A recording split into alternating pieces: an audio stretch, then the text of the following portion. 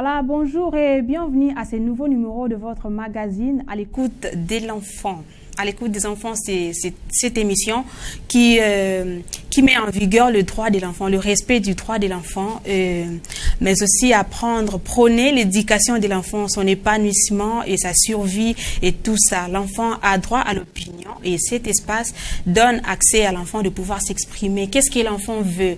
Comment veut-il que les choses se passent à son entourage? Et cet enfant, bien sûr, mérite d'être encadré. L'objectif de cette émission est aussi d'accompagner, d'encadrer, d'éduquer cet enfant. Alors, vous le suivrez chaque dimanche. Déjà, aujourd'hui, c'est dimanche, donc je souhaite bon dimanche à tous les enfants, mais aussi aux parents, aux préfets, aux enseignants, à tous celui qui œuvrent pour le bien-être et le développement, l'épanouissement de l'enfant. Voilà. Aujourd'hui, je ne suis pas seule, je suis accompagnée des enfants reporters qui sont-ils, mais aussi des autres amis, élèves qui sont avec nous, avec qui nous allons débattre autour du mariage précoce de l'enfant mineur. Le mariage précoce de l'enfant mineur. Alors, à ma gauche, là au coin, nous avons... Kéliane Bonzele. Kéliane Bonzele, tu as quel âge? Tu fais quoi dans la vie? J'ai 17 ans. Je suis maintenant en G1. Ok, Kéliane a 17 ans, il est en G1. Et tu fais quelle faculté? Je fais la faculté des sciences de l'information et de la communication. Ok, là c'est notre futur journaliste. Tu as ta place ici au cas où tu voudrais un jour. Et après c'est... Moi c'est Marina Ochocho et j'ai 16 ans, je suis encore en 5e année littéraire. Enfin, nouvellement appelée 3e année. Ah ok. Moi c'est Dynami Sumba, je suis encore en 3e année littéraire, en 3e année électronique.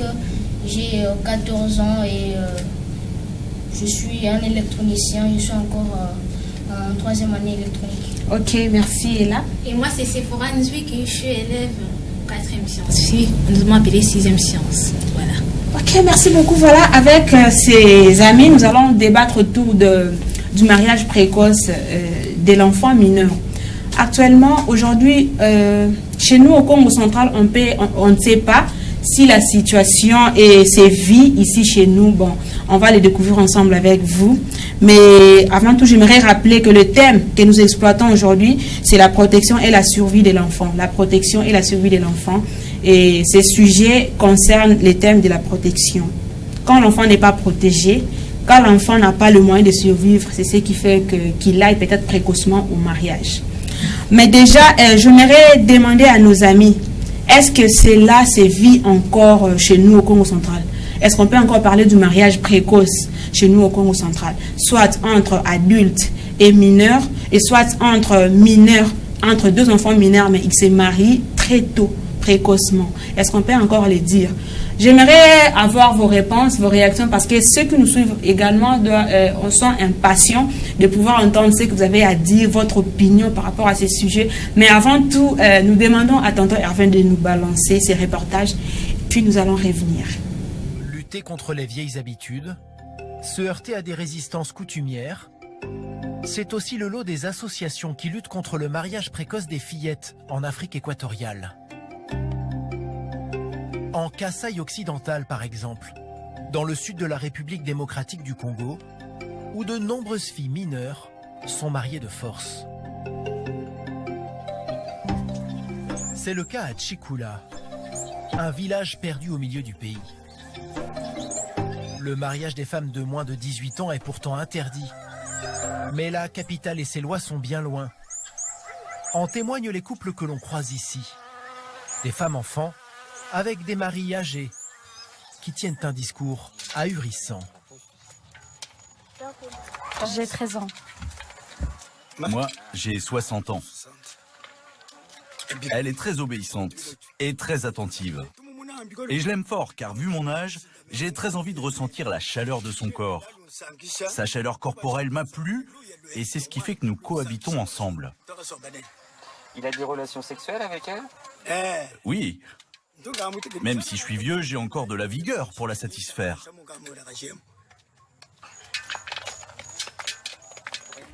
Ça, c'est de l'alcool traditionnel. J'y mets des racines et des tiges. Comme ça, j'ai de la force pour lui donner du plaisir. Des aphrodisiaques, très utilisés par les hommes de la région. Mais elle est mineure. Vous n'avez pas honte? Honte? Je ne suis pas le premier à être avec une jeune fille. Si vous allez dans d'autres villages, vous verrez que plusieurs hommes vivent comme moi et que c'est une pratique courante. Ils sont aussi vieux que moi et ils vivent avec des jeunes filles comme moi.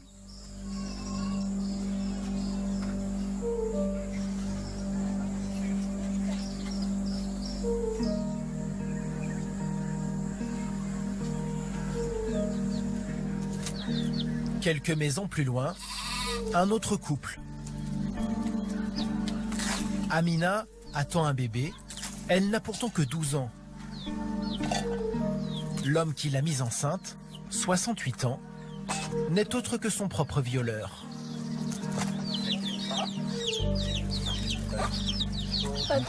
Quand il a voulu coucher avec moi, je n'avais rien à manger. Je ne savais pas où aller. Je ne pouvais qu'accepter. Je n'avais pas le choix. C'était me prendre de force, oui.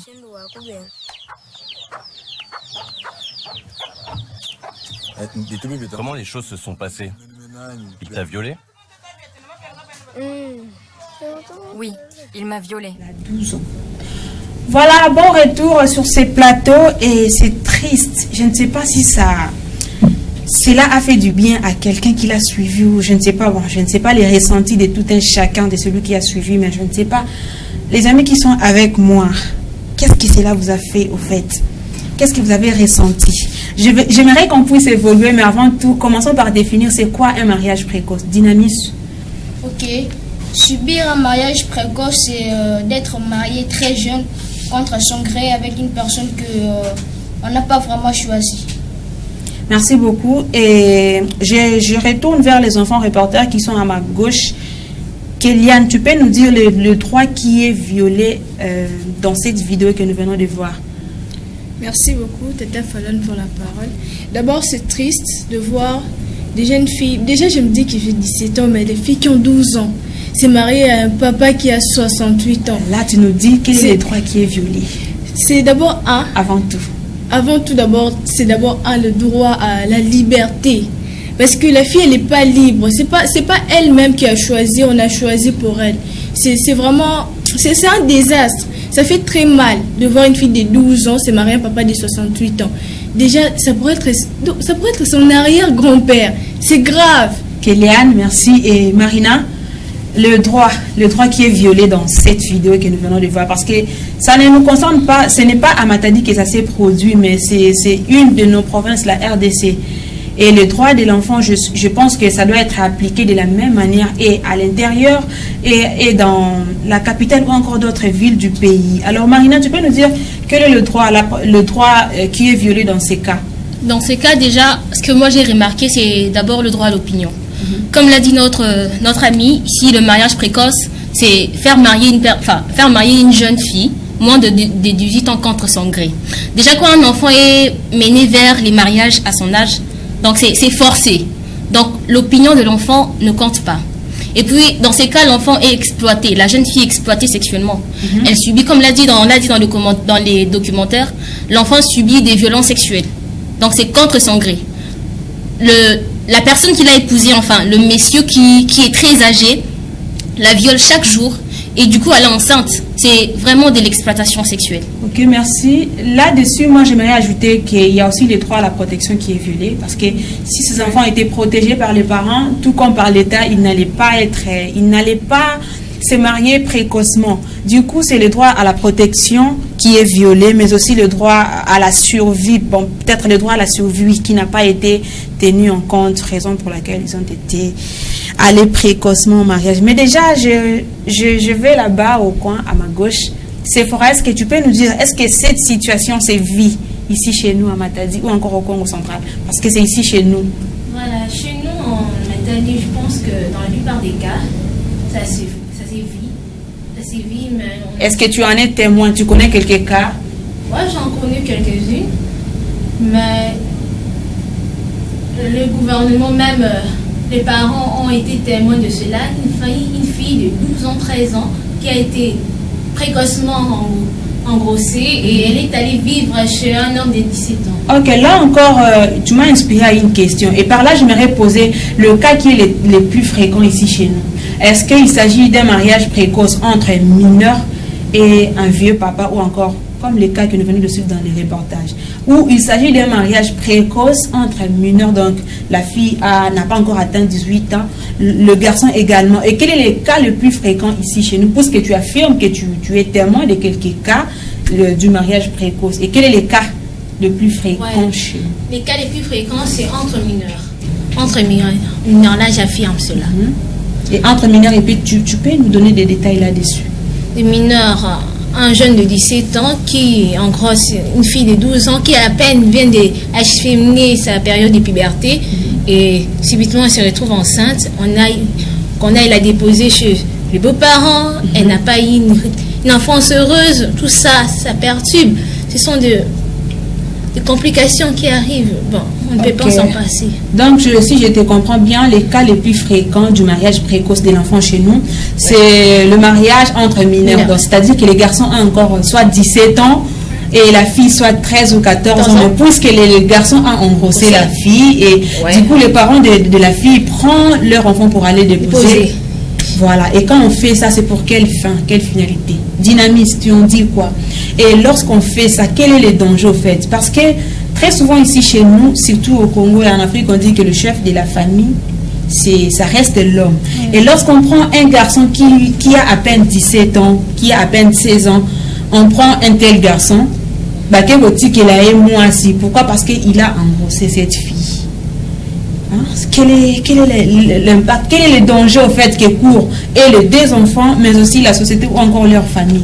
Bon, déjà les garçons, il n'est pas vraiment mature pour assumer cette responsabilité-là. Donc il aura du mal à gérer sa future famille, dont sa femme et son enfant. Il ne saura pas comment gérer, comment trouver de quoi les nourrir, tout ça. Et le danger, c'est ce que toute leur vie, ils vont commencer juste à mettre des enfants, et la famille va être maintenant en danger, la société, on verra. Ils vont commencer à mettre des enfants au monde, et puis il ne saura pas vraiment s'occuper de ces enfants-là. Vraiment. Donc, vous pensez que c'est un danger parce qu'ils ne sont pas encore en mesure de prendre en charge d'abord l'enfant. Et Marina, qu'est-ce que tu en penses? Le fait qu'à des fois, la situation actuelle de chez nous, notre ami l'a dit, c'est plus les mariages précoces entre mineurs. Et toi, tu en penses quoi? Qu'est-ce que tu as à dire? Moi, déjà, premièrement, ça me fait très mal de voir le jeune fille aller vers des mariages précoces. Parce qu'ils ont droit d'abord à l'éducation. Même si une fille tombe enceinte, oui, c'est une erreur, on voit, elle devient fille-mère. Mais cela ne veut pas dire que les parents doivent aller la déposer chez le géniteur. C'est contrairement, c'est vraiment, ça va à l'encontre de droit de l'enfant. Et puis, les parents doivent trouver un moyen de recadrer leur fille. C'est une erreur, je viens de le dire. Il faut conseiller la fille. Parce que quand on va déjà la déposer chez un homme, elle n'aura plus le goût à ses études. Déjà, elle sera tellement donnée vers le mariage, les foyers. Donc déjà, son droit à l'éducation sera bafoué.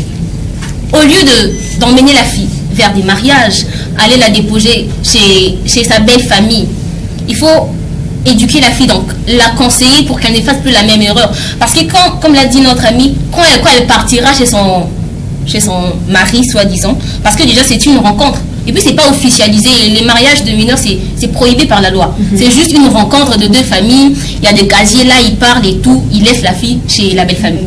Et puis, l'avenir de leur enfant, ça ne le regarde. Ça ne concerne pas leur famille. Donc, ils disent que cet enfant, c'est une mauvaise fille. On ne l'a pas envoyée d'aller tomber enceinte. Maintenant, elle a fait la honte de la famille. Elle doit rester là-bas pour garder l'image de la famille. Vous voyez, déjà, l'enfant sera frustré. Parce que sa place, c'est pas dans un mariage déjà. Sa place, c'est dans sa maison. La maison de ses parents où elle sera à l'aise, elle sera bien éduquée. Et surtout, si déjà, elle accouche. Pourquoi la laisser dans un mariage? Si elle accouche, elle peut recommencer ses études, elle doit aller suivre même des métiers, la couture, l'esthétique. Il y a plusieurs choses à laquelle elle peut se tourner. Pas seulement aller vers des mariages, c'est vraiment un désastre. Donc c'est mauvais. Kéliane Bonzele, qu'est-ce que tu en penses, ton opinion? Ok, je dirais que déjà c'est une grossesse précoce non désirée. Comme vient de le dire Marina, c'est une erreur. Déjà, les parents doivent essayer de nous recadrer pour qu'on ne puisse pas commettre les mêmes erreurs. Déjà, admettons que je suis tombée enceinte, par exemple, à l'âge de 13 ans. Et puis, on m'envoie où aller vivre chez un garçon, qui peut-être que je ne maîtrise même pas le comportement. Et puis, je pars là-bas. Et donc, pour lui, c'est vraiment une occasion. Il s'est dit que, bah voilà, j'ai même pas payé la dot, rien du tout. Quel avantage. Dans sa tête, je peux même me retrouver avec d'autres jeunes filles à côté de moi. Il s'est dit dans sa tête que, donc, non, c'est une ligne parce qu'on va venir déposer la fille chez moi. C'est encourager le mal. Déjà qu'un garçon le fait, c'est pas que non, il faut toujours condamner la fille. Pourquoi toujours condamner la fille? Il faut aussi condamner les garçons parce que dès ils sont passés à l'acte. Peut-être qu'ils ne savaient pas, c'était par plaisir. Appelez-les, déconseillez-les au moins. Parce que c'est déjà un danger qu'un garçon enceinte une fille comme ça. Il peut enceinter plusieurs, sans même savoir que c'est quelque chose qui n'est pas bien. Déjà, c'est un danger public. Arrêtons, je vais juste conseiller aux parents d'arrêter de condamner la fille. Parce qu'elle n'est pas la seule à passer de l'acte. Elle n'est pas aussi genre vulnérable, non. Donc quand vous dites qu'il ne faut pas condamner la fille, c'est-à-dire que dans d'autres cas, lorsque le garçon engrosse, on prend aussi les garçons par déposer dans la famille de la fille, c'est ça? Bon, c'est pas ça en fait. On ne peut pas prendre les garçons et déposer chez la fille, non. Voilà. Prenez les deux, conseillez-le. Chacun rentre chez lui. Si tu veux voir ton fils ou ta fille qui va naître, viens, on va te le montrer. Mais tu n'es pas capable, comme vient de dire mon ami, tu n'es pas capable de prendre en charge la fille. C'est pas tes parents qui vont prendre la charge pour toi. C'est le principe. Merci beaucoup. Mais j'aimerais, lorsque nous intervenons, j'aimerais que nous puissions aussi tenir compte de la conjoncture du pays et de plusieurs situations. Bon, la situation surtout socio-économique actuelle du pays. Il y a plusieurs parents qui le font peut-être parce qu'ils n'ont pas de moyens. Tant le garçon, moi, la ministre est engrossé, moi, et pour lui, c'est une occasion de s'enrichir. Donc, il dit, faut que quelqu'un côté comme moi, non, et pas, il y a beaucoup, c'est tout que ce bazar en bon. Alors, vous pouvez évoquer les différentes causes qui peuvent faire que soit les parents vont céder, des précocement au mariage. C'est fort. Tu peux évoquer une cause, une ou plusieurs, vous êtes libre. D'accord. La première cause, c'est la pauvreté. C'est la cause primordiale. Parce que si nous ne luttons pas contre la pauvreté dans un pays, nous ne pourrons pas avoir ces genres de mariage précoce. On n'aura pas, même pas un seul. Si on arrive déjà à détruire. Parce que les parents se plaignent. Ils voient que les enfants ont besoin de cela, alors qu'ils n'en ont pas. Ils n'arrivent pas à satisfaire les désirs de leurs enfants. Ouais. Alors le mieux serait que ma fille, tu es là, je te prends, tu vas vers un mari de 17 ans pour bénéficier, qu'il puisse bénéficier de la stabilité financière du mari, qu'il puisse en bénéficier. Et ensuite, ça sera aussi un moyen de diminuer le nombre de la famille. Imaginez-vous que vous êtes né en 5, il y a 3 filles. Les papas font les calculs. Les matins, les beignets, tout ça, c'est trop. Si j'enlève 3 filles, je me débarrasse des 3 filles. Ben, je reste avec 2 autres. Ok. Et là, c'est parmi les causes. Oui. Dynamis, qu'est-ce que tu en dis? Qu'est-ce que tu en penses? Bon, pour moi, je vais plus me pencher sur l'inégalité des sexes. Là où les inégalités des genres et les discriminations sont profondément ancrées, les filles sont vues comme inférieures aux garçons. Et cette condition attribuée aux filles va encourager les mariages précoces donc chez les mineurs. Ok, la discrimination. Ok. Et Marina, vas-y, oui, j'aimerais appuyer à ce que notre ami vient de dire. Oui, la discrimination. Pourquoi déjà? Parce que le fait de marier une fille précocement, c'était l'une de nos us et coutumes africaines. Ici en Afrique, l'honneur de la femme, ou pour la respecter dans la rue, elle doit être mariée. Donc les parents trouvent normal d'envoyer leur fille, surtout quand elle est tombée enceinte, d'envoyer les filles au mariage, parce que les parents disent que c'est le fait de respecter ma fille. Donc pour les parents, le fait que leur fille soit dans le mariage, donc c'est une vie réussie, donc leur fille a réussi la vie. Et ils ne tiennent pas compte des violations que subissent leurs enfants dans des mariages. Pour eux, c'est en fait le respect de la famille. Gagnant. Kéliane Bonzele. Oui. Parmi les causes qui font que les enfants aillent très tôt, précocement dans les mariages, hormis ce que les amis ont évoqué, as-tu quelque chose à dire? Moi, je m'appuie toujours à la grossesse précoce. J'ai dit que, admettons que tu as un papa très colérique. Il est là et tu viens de lui annoncer juste comme ça. Il est en train de manger. Tu dis, papa, je suis enceinte. Il se lève et il jette la notice et te dit dehors. Tu n'as même pas le temps de prendre les habits. Il te met dehors. Et du coup, là, tu te dis que j'aille chez les garçons, que je reste à l'extérieur. Moi, c'est ce que je conseille aux parents. La colère, oui, bien sûr, même en lingala, dit quand des aramupaya. Ton enfant à toi, c'est ton enfant, même si elle est enceinte. Déjà, tu ajoutes 2 noms. Et où est le problème? Prends-la en charge, parle-la, conseille-la. C'est ton enfant. Déjà, quand tu mets ton enfant dehors, c'est pas la comme c'est de la haine. Il faut aimer d'abord les enfants. Tata Fallon, il faut nous aimer. Oh, je vous aime bien. Oui, il faut nous aimer.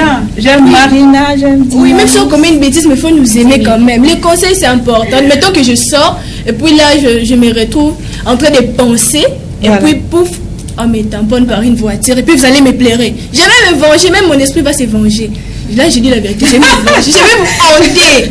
Voilà, merci beaucoup, ça fait du bien. Et ici, de noter, je rappelle que notre pays, la République démocratique du Congo, est pays signateur de la Convention internationale du droit de l'enfant. Voilà ces documents. Notre pays est signataire. Et là-dessus, il y a pas mal d'articles qui stipulent que l'enfant a droit d'être protégé contre l'exploitation sexuelle, que l'enfant a le droit d'être protégé contre tout travail mettant en danger sa santé physique, mentale, ou encore compromettant dans l'exploitation qui a un risque dans son éducation.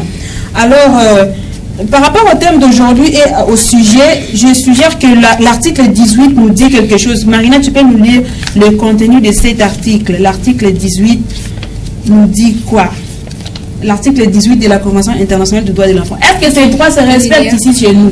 Parce que si l'État tenait compte de tout ce qui se passe dans les 4 coins du pays, tels que les reportages que nous venons de suivre, je ne pense pas que de telles choses allaient se produire. Soit, si ces droits s'appliquent, c'est que quand on va bénéficier de droits, parce qu'aujourd'hui, on voit des enfants dans la rue, à Matadi, des enfants en train de vendre au lieu d'être à l'école, alors que l'enseignement de base est gratuit. Est-ce que l'État congolais fait la suivi du respect de ses droits? On ne sait pas. Est-ce la faute des parents? On ne sait pas. Marina, tu peux nous lire l'article 18, 34 et 6 de la CDE.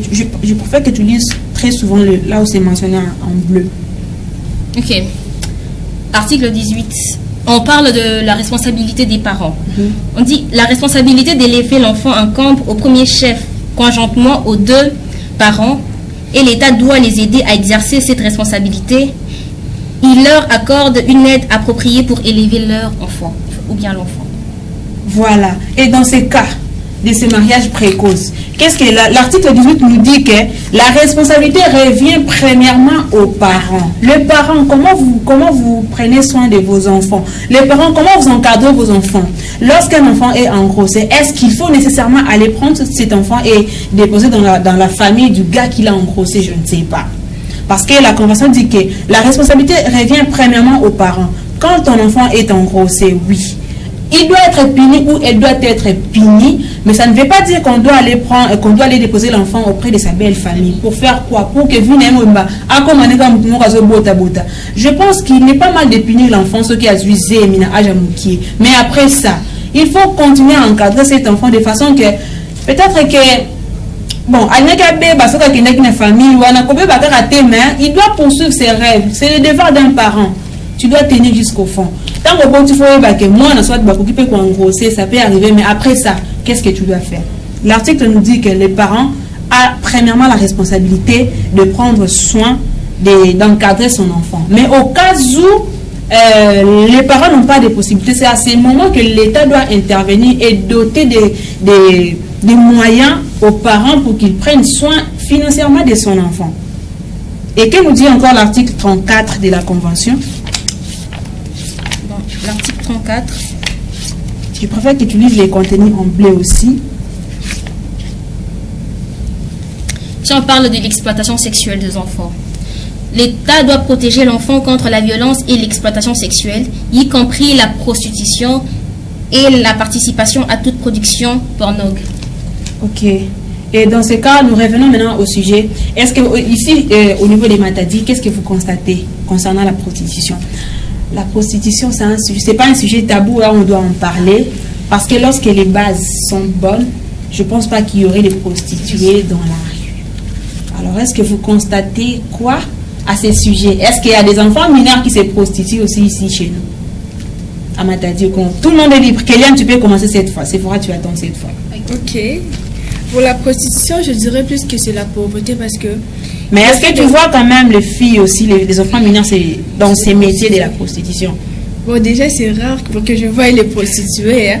C'est vraiment rare. Mais je suis sûre qu'il y en a. Je suis sûre qu'il y en a. Je ne peux pas déterminer le nombre ou leur voir comme ça, mais je suis sûre qu'il y en a. Pour moi, c'est de la pauvreté. Ou peut-être que c'est les laisser aller. Parce qu'il y a des autres filles qui sortent de chez elles ou de la maison, bien habillées, et puis à l'extérieur, elles s'échangent. Là, on ne sait pas. Mais c'est déjà de la prostitution, le fait de prendre l'habitude de sortir de chez toi d'une manière sainte et puis d'aller te déshabiller ailleurs. C'est déjà de la prostitution. Ah, donc ça, c'est les constats que tu as fait. Ouais, c'est ça. Donc tu vois quand même quelques-uns de tes amis le faire. Pas mes amis, mais en fait, pas mes amis. Et tu as vu qui alors? Mais les gens de la rue, les gens de mon quartier, j'ai pas un peu de mes amis. Tes amis aussi les font? Non. Tu as l'université, moi, les amis aussi étaient à l'université, j'ai vu mes amis les faire. Alors, tonton Hervé, est-ce que tu peux nous mettre quelque chose pour qu'on souffle un peu? Quelque chose au choix que tu peux nous mettre pour qu'on souffle un peu et prendre un peu du souffle et puis revenir. Parce qu'on est là.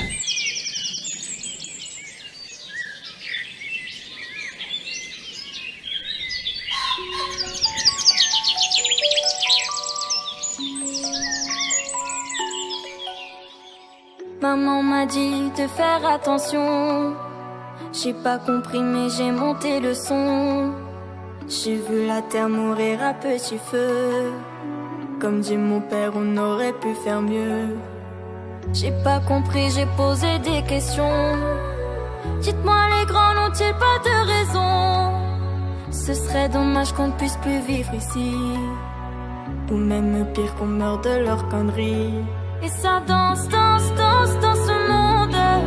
Mais ça ne pense pas. Et ça danse, danse, danse dans la ronde. Mais nos vieux ne pensent pas.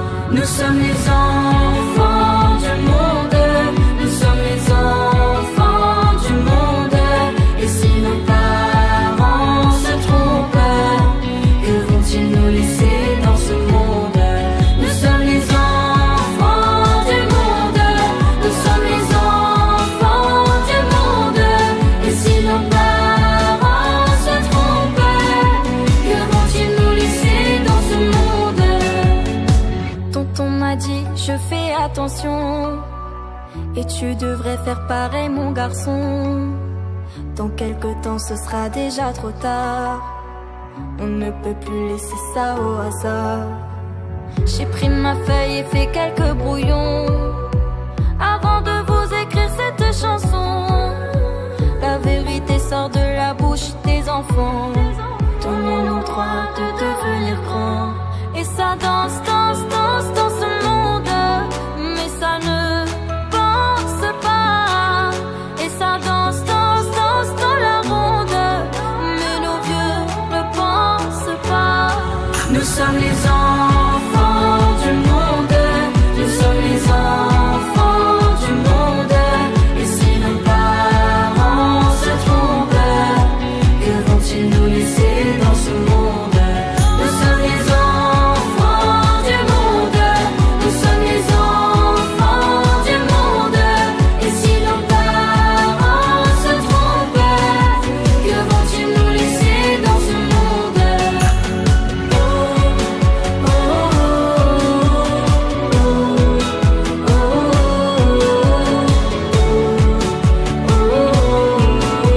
Que vont-ils nous laisser dans ce monde?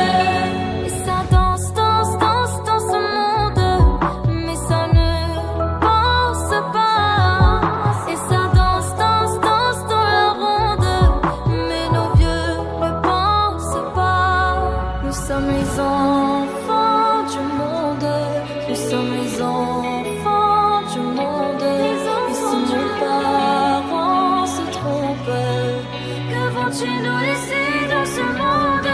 Nous sommes les enfants du monde.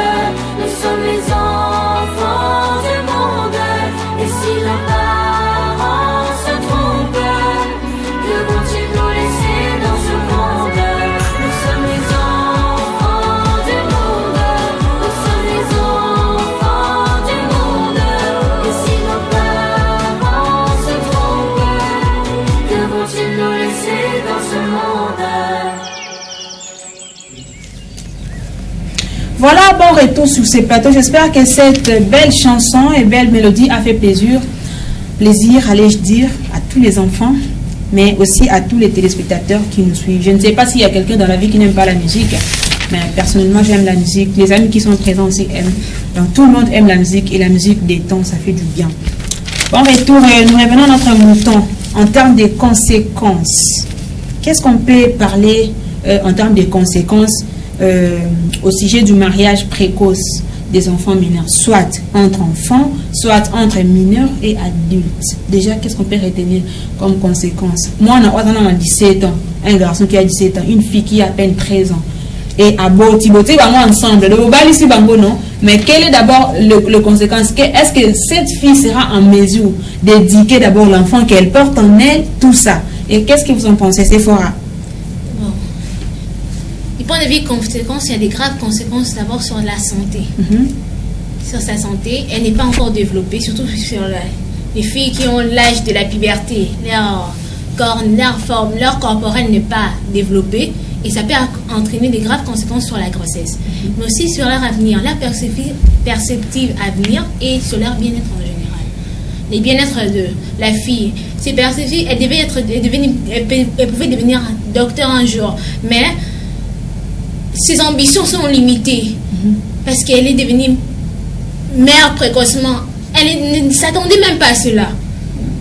Du coup, c'est l'un des conséquences. Donc tout ça fait partie des conséquences. Oui. Ok. Dynamique, en termes de conséquences, qu'est-ce que tu dis? Je vais juste aussi m'appuyer par rapport à ce qu'elle a dit là. Le rêve de l'enfant, tant chez les garçons ou chez la fille, sont ruinés. Comme elle dit là, l'enfant avait de perspectives, il pouvait bien être docteur, avocat, tous ces travaux-là. Après cet acte-là, c'est ce qui s'est arrivé là, ce qui est arrivé là. L'enfant est enceinte et quand la fille va mettre au monde là, ils vont plus commencer à penser à leur avenir, ils vont juste se dire non, prenons juste soin de l'enfant. On a juste soin de l'enfant, alors les rêves là seront totalement brisés et tombés à l'eau là. Donc vous supposez quoi? Que les parents, dans ces cas, que les parents fassent quoi après l'engrossement de la fille? Que les parents fassent quoi en cas de ces problèmes au fait? Vous supposez quoi? Vous dites quoi aux parents?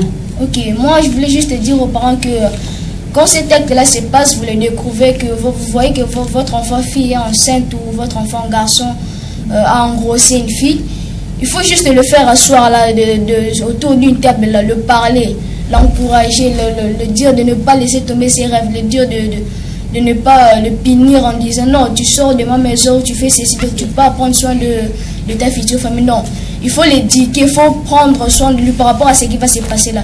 Il faut l'éduquer, il faut les donner. Tu vois, pendant que tu seras là, il faut faire comme ça, il faut faire comme ça, il faut faire comme ça.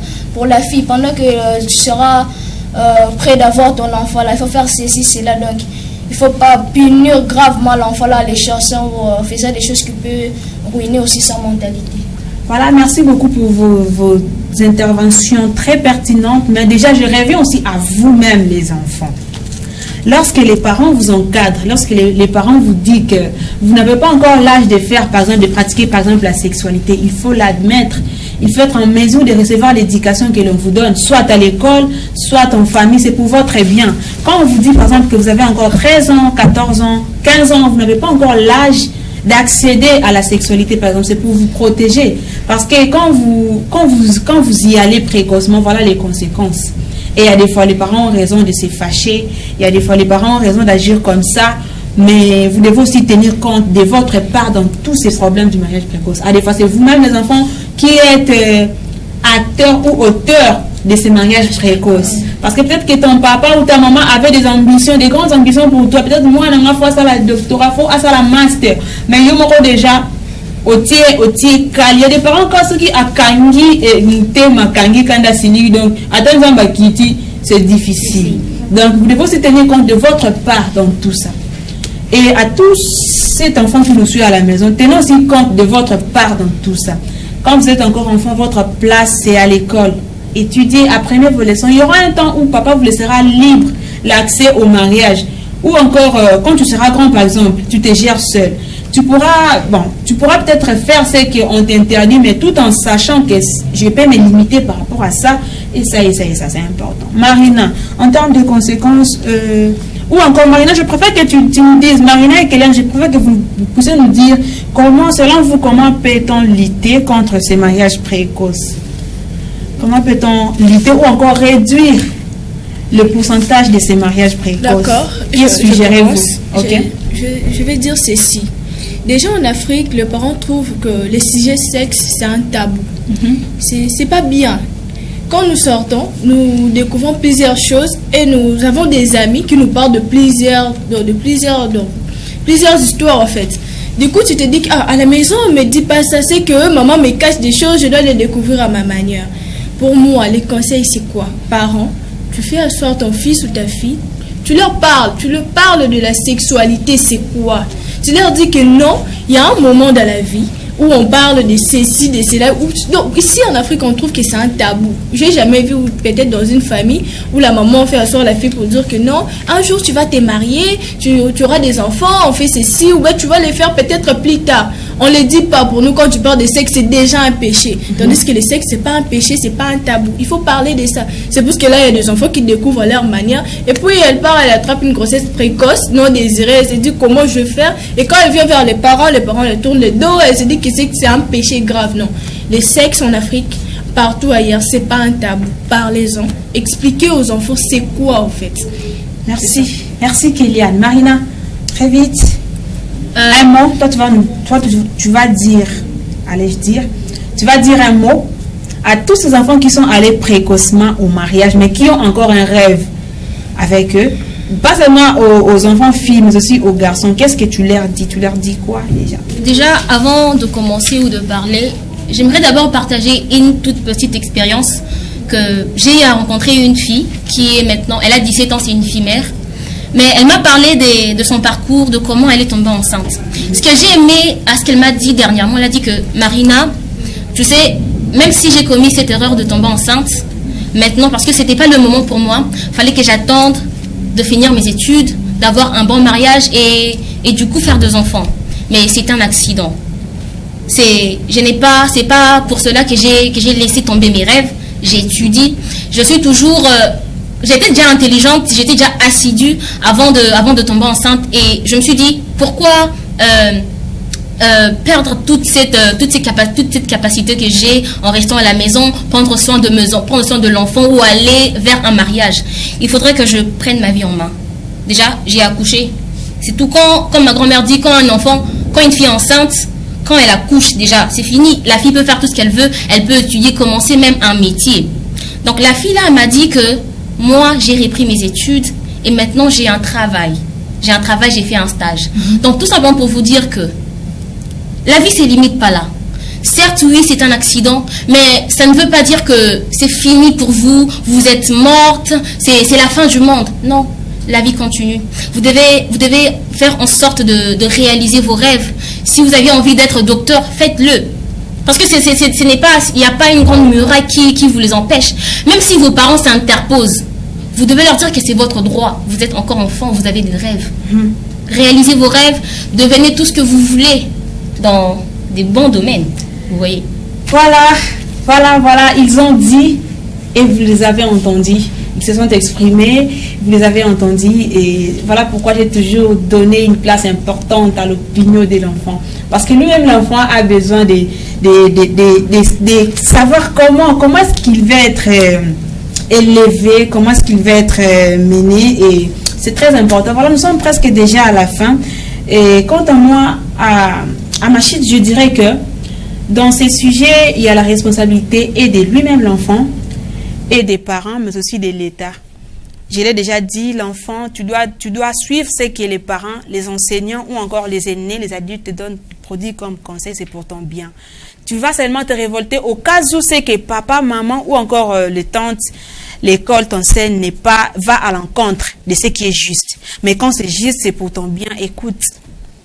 Mais aussi aux parents, mon amie Marina l'a déjà dit, donc lorsque l'enfant est en grossesse, ce n'est pas la fin, parce que cet enfant a toujours des rêves, continuez à l'encadrer. Vous devez punir, certes, oui, mais après, donc, s'il vous plaît, prenez en compte tout ça, mais aussi à l'État N'oubliez pas que notre pays est pays signataire de cette convention internationale du droit de l'enfant. Parfois, ça ne sert à rien de dire que je suis signataire d'une telle convention quand il faudrait seulement être signateur, ça ne suffit pas. Mais aussi parfois faire la suivi de comment se vit ces droits de l'enfant. Comment cet enfant-là évolue, comment cet enfant-là vit. C'est très important. Ici, chez nous, en province, ces enfants, ils sont des enfants reportés. Ils ont mené pas mal de plaidoyers. Bon, selon ces enfants. Marina, déjà, tu m'as dit, quel est le changement que tu as constaté? Déjà que tout ce que je veux dire, ce sont des informations. Un seul changement que tu as constaté parce que ce sont des informations informelles. Ouais. Quand je dis informelles, ça veut dire qu'on a juste fait des remarques par rapport à des plaidoyers que nous avions menés. Comme on parle de la protection de l'enfant déjà, ici c'est le thème de l'émission, j'aimerais dire que on a eu à mener plusieurs plaidoyers sur la protection de l'enfant contre toutes sortes d'exploitations sexuelles. Tu avais dit un seul, tu as constaté un seul changement. Oui. Lequel? Quand on dit exploitation sexuelle, ouais. On voit les mariages précoces entre un vieux de 68 ans et une fille de 13 ans. Ou encore la prostitution. Vous savez, pendant le confinement, il y avait des filles, parce que pendant le confinement, tout était fermé. Les parents ne travaillaient pas, il n'y avait aucune ressource financière afin d'aider les enfants. Donc les enfants allaient se prostituer afin de subvenir à leurs besoins. Et pour cela, on a mené plusieurs plaidoyers. Quel est le changement que tu as constaté? Oui, j'arrive auprès des autorités compétentes et j'ai vu que le taux, je n'ai pas dit que c'est tout, c'est fini, mais les taux des mariages précoces a baissé. Mais il y a aussi une minorité qui se passe dans des banlieues parce qu'il n'y a pas des enquêtes déjà qui ont été menées pour dire que le taux est de 15%, 14% des filles qui sont dans des mariages. Mais on a juste remarqué que ça a baissé. Voilà, merci beaucoup. Nous avons évoqué pas mal de causes. Pour rappel, nous avons parlé du mariage précoce et les causes ont été évoquées par nos amis. L'État doit prendre sa responsabilité dans la protection de l'enfant. L'enfant ne doit pas aller précocement à l'école. L'État doit assurer ça. Peut-être que les parents n'ont pas de moyens. Peut-être que la situation socio-économique dérange, ce qui fait que les enfants aillent précocement au mariage. Alors l'État pense à ces parents qui ont peut-être besoin de prendre soin de leurs enfants, mais ils n'ont pas de moyens, il n'y a pas un bon salaire et que les parents aussi prennent ça en compte. Quant à nous, aujourd'hui, nous sommes à la fin et nous vous disons au revoir et bon dimanche à tous ceux qui nous suivent. Au revoir et à la prochaine.